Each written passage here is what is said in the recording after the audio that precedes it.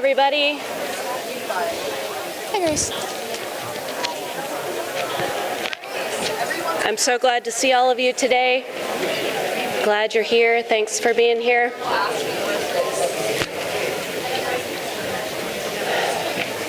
We're going to jump right in and start with coming into this place. So putting your feet flat on the floor. The ground is under there someplace, right? So we're going to ground ourselves to earth. And then become aware of your breathing.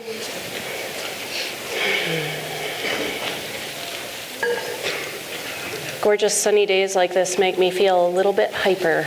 So coming to attention to my breath is helpful to feel centered in this place. And as you do this, become aware of your body.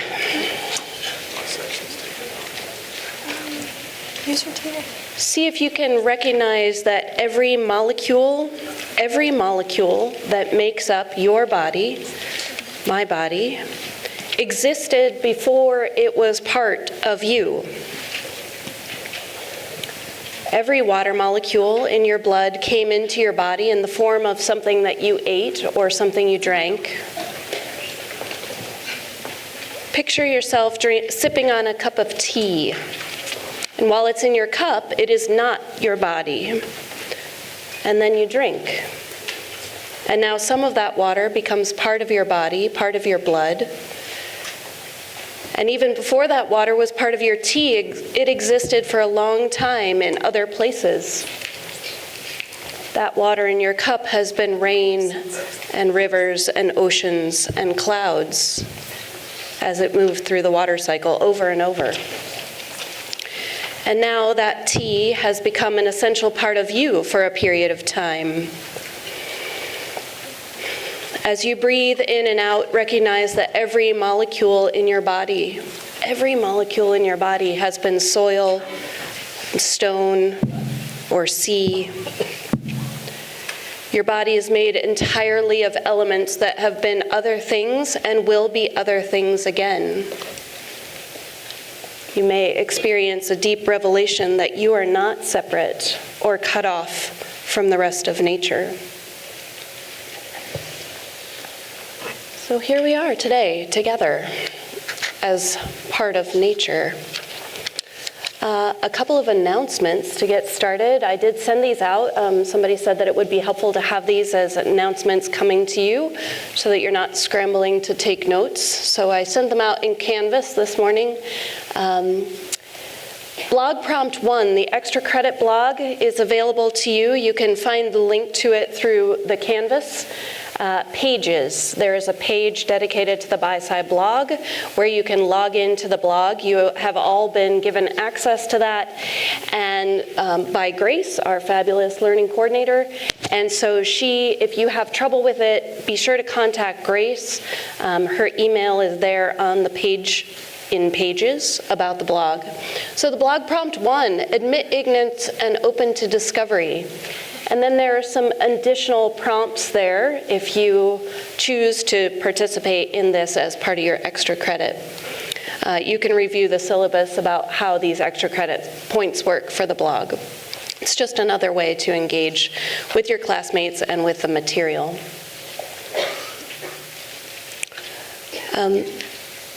I also want to say, let me go to this that's out of order. Tonight, the extra credit movie happening in 205 Ferguson. It's 7 o'clock. And so you can get up to 5 extra credit points by attending these movies, and another way to engage with your classmates and the material. So that's another option for you, is tonight's extra credit movie in 205 Ferguson, also in the Canvas announcement. So where we were, where we've been growing into this option of understanding that we have choice, and the power of our choices can be really empowering for us as individuals. Viktor Frankl He is a celebrated Austrian physicist and Holocaust survivor. He remains best known for his remarkable psychological memoir he wrote in 1946. It's called Man's Search for Meaning. And it's a meditation on the gruesome experience of being in Auschwitz, the concentration camp. What it taught him there about the primary purpose of life and the quest for meaning, which sustained those who survived that experience. He says this: between stimulus and response, there is a space, and in that space is our power to choose our response. And in our response lies our growth and our freedom. Everything can be taken from a man, but one thing, the last of the human freedoms, to choose one's attitude in any given set of circumstances, to choose your own way. So we are choosing. We are in this place of actively thinking about how to bring together all of our equipment to make choices that are true to who we are. So we've then moved into this idea of home and how we choose to look at this concept of home. I want to say that when I was a kid, my parents and my grandparents and my brother and I would hop into the car on Sunday nights, and we would go for what we called and still call a hot dog ride. And so on these hot dog rides, my dad would start, or my grandpa would start driving these back roads in the middle of nowhere. Absolutely, just trees and woods, and it was great. It's great now that I appreciate that. At the time, I found that a little bit frightening, that I would be on these back roads that I've never been on before, and my dad would be saying things like, yeah, I think maybe it's the next left that we need to take. What do you mean, maybe it's the next left, right? How do you not know where we're going? And so I can remember one specific time, it was starting to get dark, and we hadn't gotten to the hot dog stand yet, and I was sure that we were going to be stuck and lost in the woods forever and ever. Of course, that's not the case. And eventually I learned to trust my grandpa and my dad on these drives, and really now enjoy doing that with my kids. So right now it might seem to you that I'm leading you on some winding back road through this course of BiSci where you're not sure where we're going, and I need to ask you to trust me. We're going someplace with this. This is all tying together. I'm taking you someplace good. And so I think that part of that ties into this. I want to take you someplace where you feel at home. So stick with me on this adventure. Okay. So this is where we are. Take a moment to just focus back, and the idea that our hearts are beating, we're alive, we're in this place. And from our opening meditation today, thinking about the idea that we are not apart from Earth, not apart from Earth, we are a part of Earth. We're starting to see with new eyes how we are connected to all of this. So I'd like, if Ben, could you start that video for me, please? So take in this video.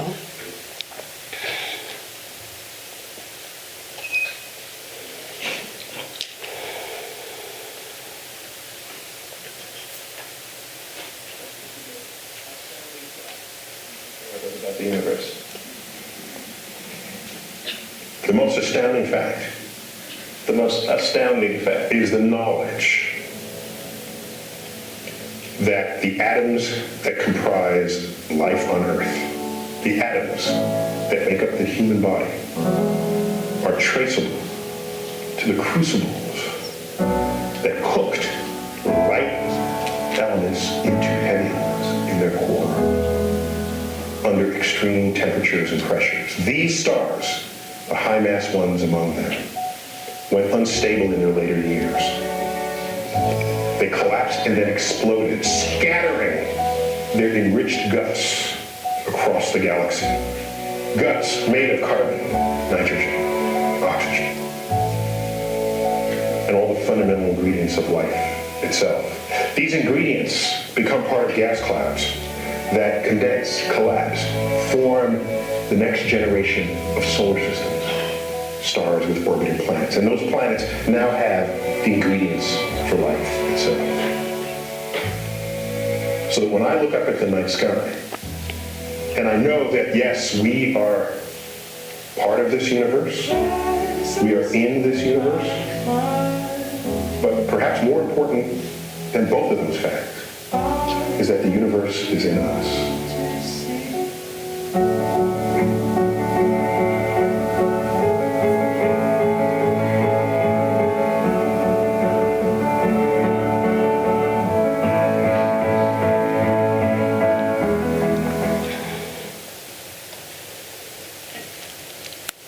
So I want you to write down there in your journal 5 ways that you participate in Earth's cycles.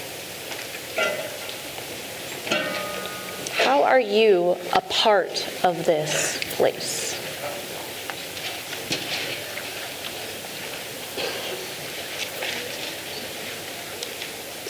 So do this as individuals, and then when you get your list, turn to your neighbor and respectfully see if they're finished.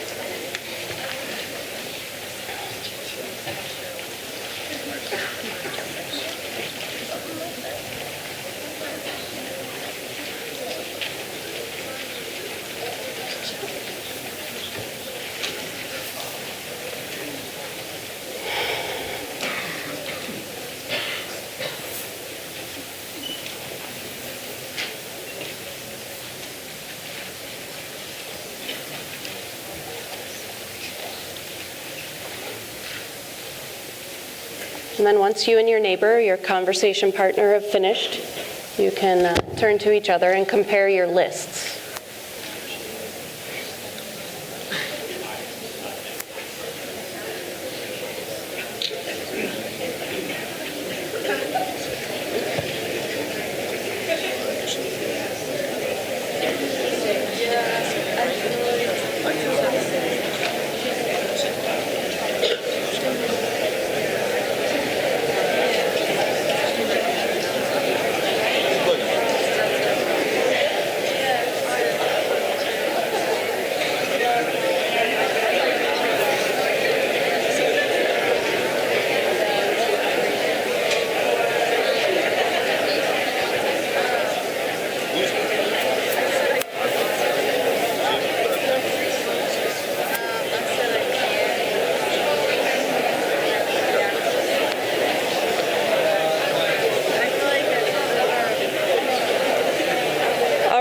And then we'll get the microphones out.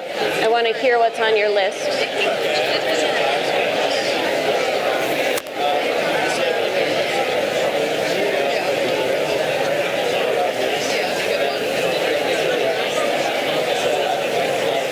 So for this round with the microphones, you can share something from your list, or if you had an aha moment of something that your neighbor had that you didn't have or that you had never thought about, then you can share either something from your list or you can share that aha moment from your neighbor's list.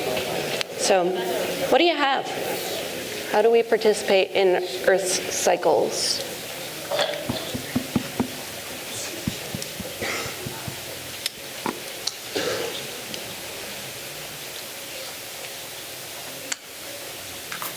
We have one over here. Thank you.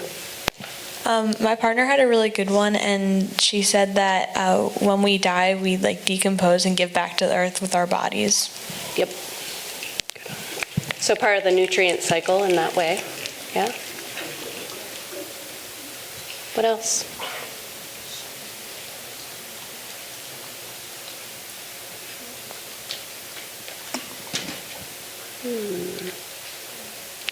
All right, well, we'll go through some and see what happens as we go. Thank you for sharing that one. So first we're going to talk about air, right? Do you live on Earth or do you live in Earth? We always say that, I live on Earth, I mean, you don't always say that. We just think of it that way. But really, I live in Earth sounds weird because we don't say that.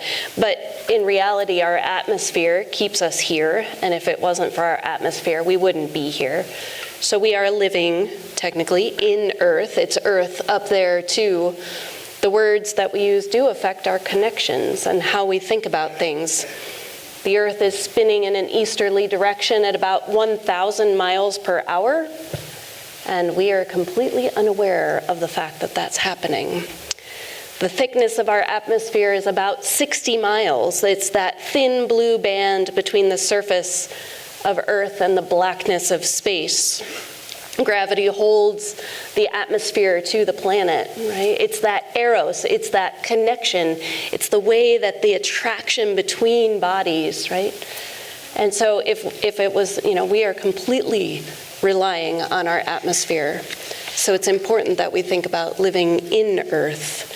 And the air cycle then, thinking about breathing in, I receive my breath from plants, and breathing out, I am giving my breath to plants. It's a direct connection. If the plants weren't here, then we wouldn't be here either, and vice versa. So we're taking that atmosphere into our bodies.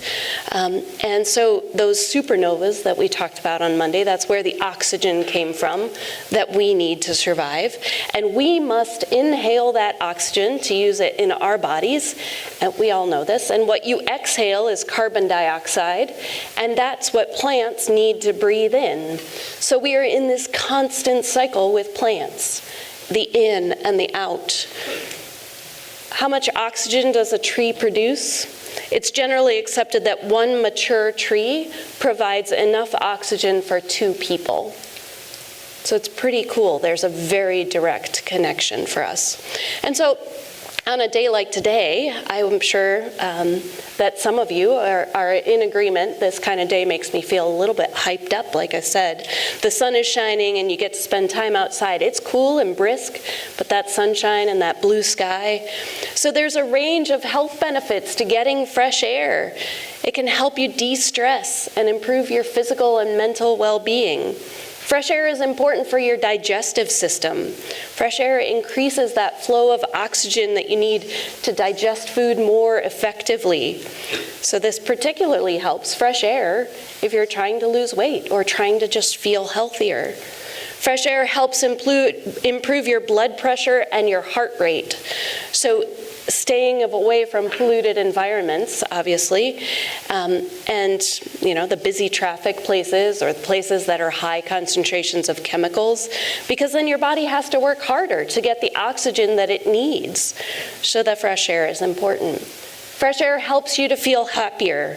The more fresh air you get, the more oxygen you will breathe, which increases the amount of serotonin, which is that awesome, happy hormone that helps our bodies to work. Fresh air strengthens your immune system. By increasing the amount of fresh air we get, it will increase the amount of oxygen, which helps our white blood cells work better by fighting and killing bacteria and germs. Fresh air helps to clean our lungs. It gives you more energy and a sharper mind. So that air cycle, fresh air, the thing that we need to have. Our ancestors developed as a part of this world, and we have those inherent connections. The natural world is where we flourish best. So that air that we can get when we're outside in fresh places, it really helps us to be more fully human, more connected to ourselves. So then the air, that oxygen that we breathe, is also in the primary liquid of the planet, right?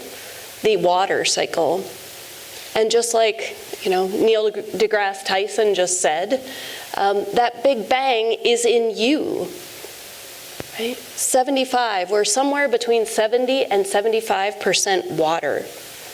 All of the hydrogen, H2O, all of the water was formed 14 billion years ago. All of the hydrogen was formed 14 billion years ago. It was only created then in that very primordial flaring forth, right? So when the solar system settled into its current layout about 4.5 billion years ago, so there was that Big Bang 14 billion years ago, and then 10 billion years it took to kind of get things organized, and then 4.5 billion years ago, that's when Earth was formed, and the gravity pulled the swirling gas in dust to become the third planet from the sun. So given that all the hydrogen in a glass of water is 14 billion years old, and that hydrogen is the most abundant atom in your body, you know, your human age might be 20 or 25 or 40, 60, but the stuff in you is 14 billion years old. Even mild dehydration has been been found to affect short-term memory, alertness, and concentration. And so being hydrated is really key to where we are. So where has it been before us? It's been part of this water cycle. This is a very, third or fourth grade elementary science. We've talked about it, but for some reason, it never really connected to me in fourth grade that, I am directly part of this. So there's no more or no less water on Earth than when Earth was formed. We drink the same water that the dinosaurs drank, right? So that means we're made of 70% dinosaur pee, or plant condensation, or cloud precipitate, since what goes in must also come out. So you think about your water bottles, you fill your water bottle out here in the hallway. How many cycles has that water been through over the course of those years? Where have those molecules been? And they're going into you, and then where are they going to go next, right? They're going to go out. You're going to pee them out. And then where does it go, right? So pee is a really important thing, right? You probably don't think too much about it, but it's just natural in a lot of ways. So an exhaustive description of the composition of human urine was prepared for NASA in 1971, because astronauts really have to think about these things. Where is that waste going to go? How's it going to get processed when you're in some kind of space shuttle? Urine is an aqueous solution of greater than 95% water, so it's cleaning, but then what's the other stuff?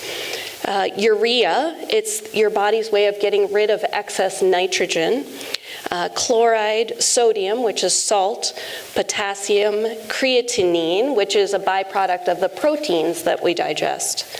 And then there are other dissolved ions, inorganic and organic compounds. So mostly water, though, going into the water cycle. So you or your doctor can tell you a lot, actually, about what's happening with your pee. You might be able to look at it and notice that it's really yellow, and then think, well, when was the last water that I drank? So paying attention to the color of your pee can be really important.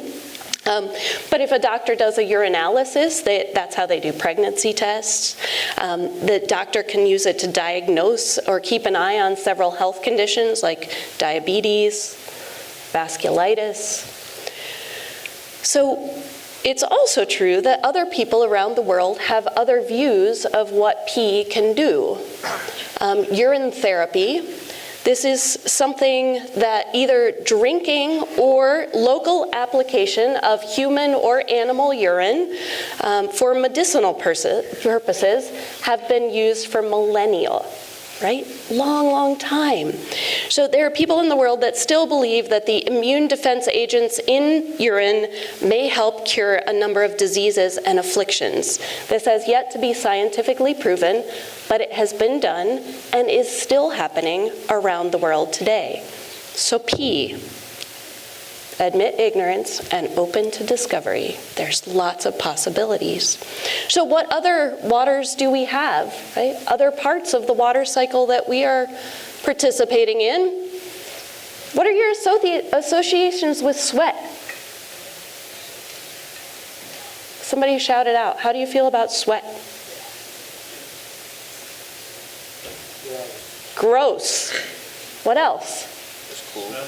It's cool. Why is it cool? Keeps you level. Yeah, right. So It's like your body is working, right? You're in level if you're sweating. If you're working out, like if I'm getting a good workout, then sweat is showing me that I'm working hard. So all these different perceptions of what sweat is about. So it's actually pretty darn amazing, right? So we have these sweat glands. The evaporation of our sweat from our skin has a cooling effect. So it's really important in hot weather or when your muscles are heating up due to exertion, we need to cool our bodies off. So perspiration or sweat is excreted in the skin like this of mammals. Birds don't sweat. If they sweat, then their feathers get wet and they can't fly. So it's not practical for birds to have sweat glands. Even animals like dogs don't have the number of sweat glands that we have, and they pant to cool their bodies. I don't know, I'd rather sweat than pant. That's just my personal opinion. So research is being done on the role of sweating and how the body might actually be also detoxifying through this process. So sweat is another part of our water cycle. All right, moving on. So Joel, can you come up for a minute?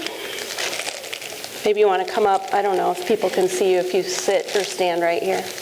All right, we have a very happily, if you just sit and scooch. I'm sorry. You can, that's all right. Come on over. Come join me. Yep. Or you can, okay. This is Joel. He's a fabulous BiSci person. Yeah, Joel. Woohoo! All right, awesome.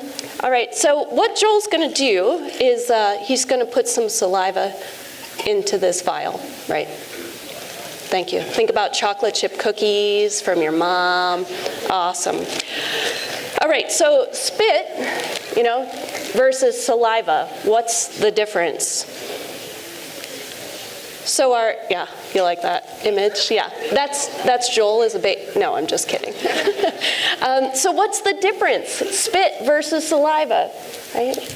Saliva is essential for digestion. The digestive process starts in our mouth when we chew, and our salivary glands make this saliva a digestive juice which moistens the food, and it starts to begin to break down carbohydrates as we chew. So then that food is already starting to, process. Now, sometimes you get a piece of tough meat, and you chew and you chew and you chew, and it doesn't seem to be going away. That's because our digestive juices in our mouths do not break down proteins. It only works with carbohydrates. So then that stuff that you're chewing is more easily then moved down your esophagus and into your stomach. Saliva is really a key to doing this. So there are also enzymes in there, nice, that keep oral bacteria at a healthy level. So it's 98% water and then some electrolytes. There's some antibacterial compounds in there, enzymes, a little bit of mucus, which helps us to swallow. It's the lubrication for swallowing. And some animals, unfortunately Joel is not one of them, have a nerve growth factor that helps wounds to heal more quickly. So like dogs lick wounds and it helps to heal those wounds more quickly. So overall, it's pretty important stuff. Yeah, maybe you should keep it. I feel like I should. Yeah. There you go. What's the difference between spit and saliva? Thank you. Yeah, he can have a round of applause. Thank you, dude. I love you. Have a good day.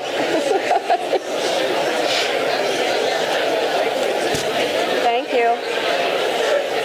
So our waters, our connection to the water cycle, we would not be here without the water, right? How about this? What's your relationship with dirt? What's your relationship with dirt? It's the nutrients of the planet, that which has been alive and is now decomposed, right? When I come inside from time in my yard, from getting really dirty, if I'm working in the garden or if I'm cleaning up or even just mowing or whatever, I feel good. I feel connected. I feel that stability of home, right? And there's actually good stuff in the dirt. that helps us to feel those connections. We are directly connected to the nutrients to most of the University Park campus and part of the State College borough. So it's designed to treat, get this, up to 3 million gallons per day. So it processes this in this way: grit removal, screening, primary clarification, like clearing the water, and then they do activated sludge with biological nutrient removal, and then a secondary clarification, chlorine disinfection. And so in Pennsylvania, the majority of wastewater treatment plants discharge this treated effluent directly to a surface water source. So it goes through all these processes and is put right back into the local stream or lake or river, wherever it is. But however, the Penn State wastewater system is unique in that there is zero discharge to a stream. Since 1983, Penn State has been recycling all of its treated effluent through a land application called the Living Filter. So they're putting it on the plants. Plants are getting the direct nutrients and water from this process. It's pretty cool. There's also this kind of place. This is the septic field at Oberlin College. So inside of, whoops, wrong button. Inside of this building is this. So all of the wastewater from this building, look at all these solar panels, all of the wastewater and stuff that gets flushed and washed down goes directly into this room that has all these windows, and in there grow all these plants, and there are fish that live in the roots of these big containers and in and around the roots of the plants. And so all of the nutrients that are put out in this building are used by this cool greenhouse space. So how do you feel about poop? Can you poop outside? Could you poop under a tree? Talk to your neighbor.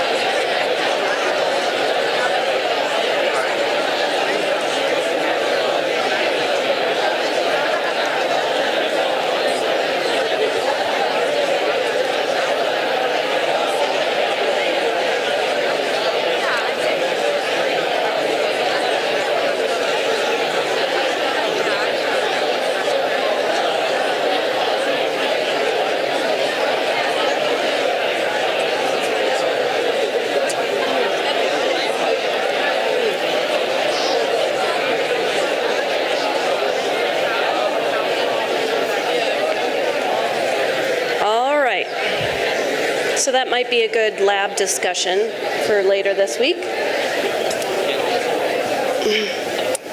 We're coming to our final cycle of the day. We'll be continuing this cycles class idea, this theme, on Monday as well. But today's last cycle of today ties together the water cycle and the nutrient cycle. So our blood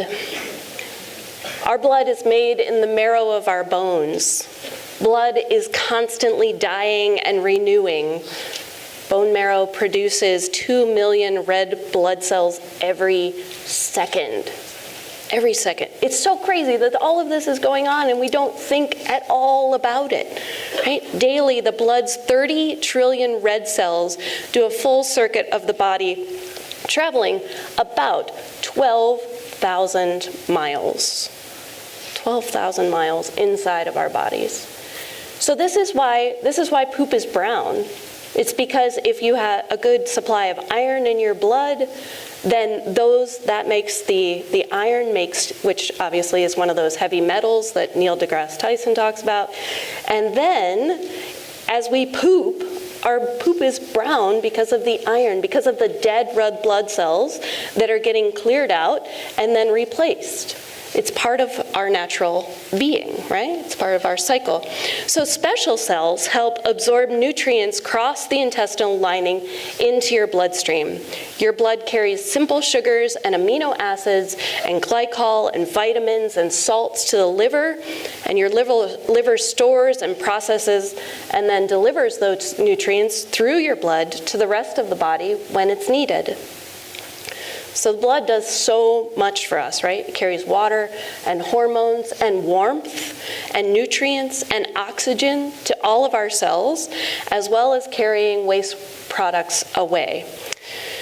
So blood fights infection.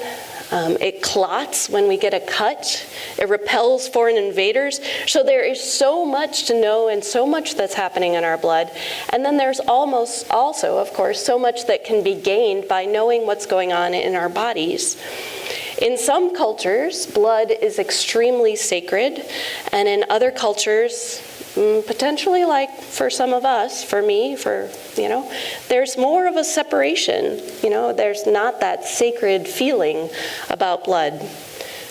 So in addition to all of this, today we're going to address one of the cycles of blood, one cycle that half of our population thinks about monthly, the distinct cycle of menstruation. So as you know, and as already I'm hearing you, right, this topic is really taboo in our culture. Many menstruators feel ashamed as they are experiencing it. As recently as 2011, Always, the brand, ran this ad showing a menstrual pad with a small red dot in the middle, a simple symbol that's what this product is for. Right? Articles were written about this ad that said things like, "Pad ad takes the bold step of showing that periods are actually red." Right, 2011, that wasn't that long ago. And this, of course, has been happening since the beginning of humans. That was a long time ago. It was a breakthrough in hygiene product advertising, a bold step away. My childhood, it was people saying, "This is what this is for. It can hold this much liquid." And it was this blue liquid, like watery stuff, that they would pour into the product to show. But that isn't at all what it's about. This happened in the only reference to blood prior to this was in this ad. That was in 2000. So in other cultures, it's even more taboo than it is here to talk about. Like this. Menstruation is not just taboo, it's dirty. A menstruator is a powerful, polluting thing. That's a direct quote. When they have their periods, they must leave their home and stay in this. It's called a chupauti. It's a shed. There's no heat. There's no electricity. It's likely infested with animals and insects. This is in a place where, that's a pretty good place for venomous snakes to hang out. So this is in Nepal. Nepal's Supreme Court banned chupauti practices in 2005, and yet the practice still continues today. Women, people, menstruators that are experiencing their periods have to go and live in a place like this. It still continues. This custom is so normalized throughout the region. Even though it is against the law, local authorities do not prosecute families that continue to enforce the practice or even urge them to stop. Few individuals or organizations, not even the progressive groups in Nepal, are demanding that the laws banning it be followed. So, let's consider the American story, our story, your story, my story. Why don't we talk about this stuff, right? Why don't we talk about this? What if we did, right? What would happen then? So this is a product available. These are reusable menstrual pads. Why would you ever want to do this? It might require a little bit more energy, but the body, taking care of our bodies, these are organic cotton, which means that they're free of plastic. They don't have any synthetic fibers. There's no artificial fragrances or adhesives or chemicals that are present in conventional disposable pads and tampons. The environment. The average American menstruator uses 14,000 disposable products in their lifetime. 20 billion pads and tampons end up in landfills each year in the United States alone.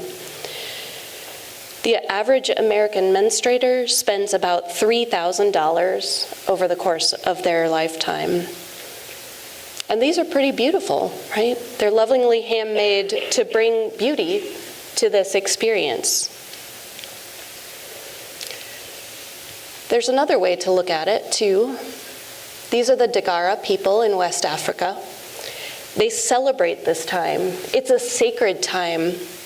The flow of menstrual blood carries power.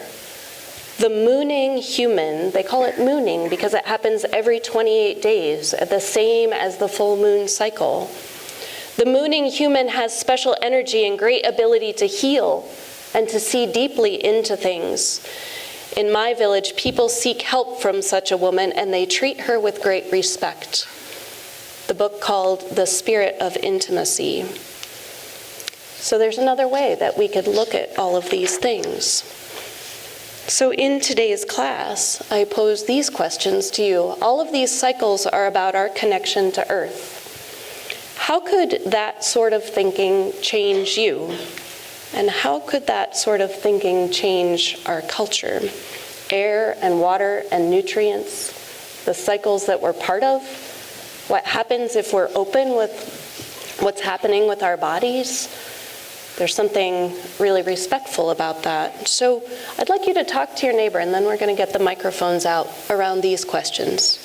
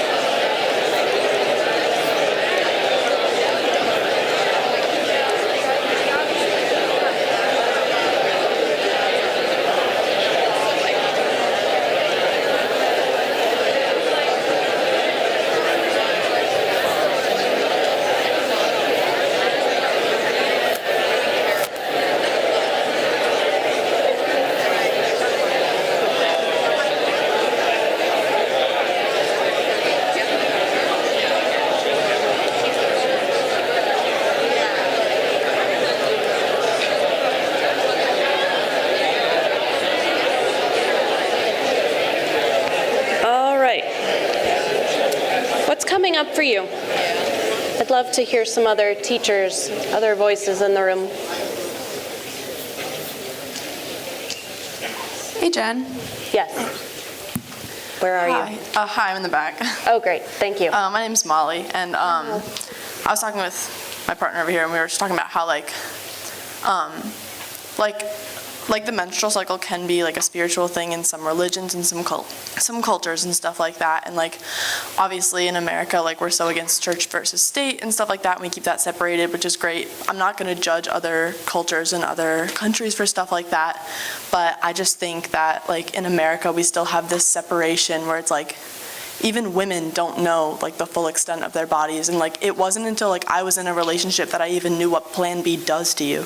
Like it's just so important for us to be so educated on the cycles of our own bodies and to educate men exactly the same as we should be educated. Thank you.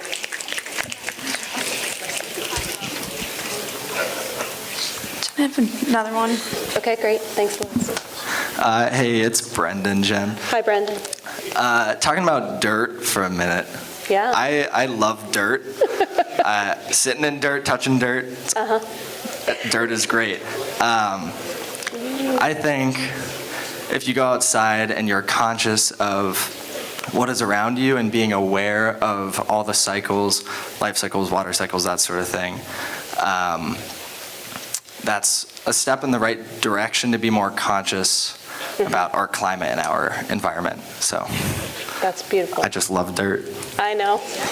And it was not too many years ago your brother sat right back there and said the same thing. So I appreciate that. One over here. Great. Thank you.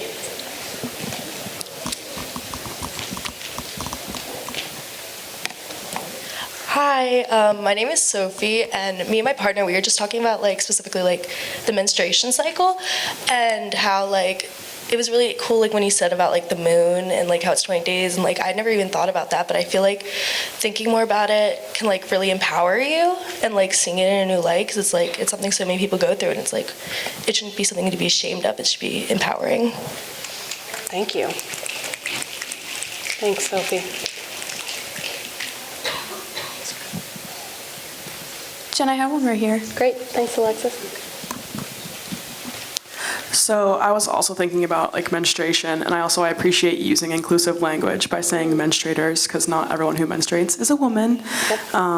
But I think it's really interesting how a lot of people, like someone else mentioned about Plan B, like most people who take birth control, the pill, like don't understand like why, like your period is actually just withdrawal bleeding. It's not like you actually having a period.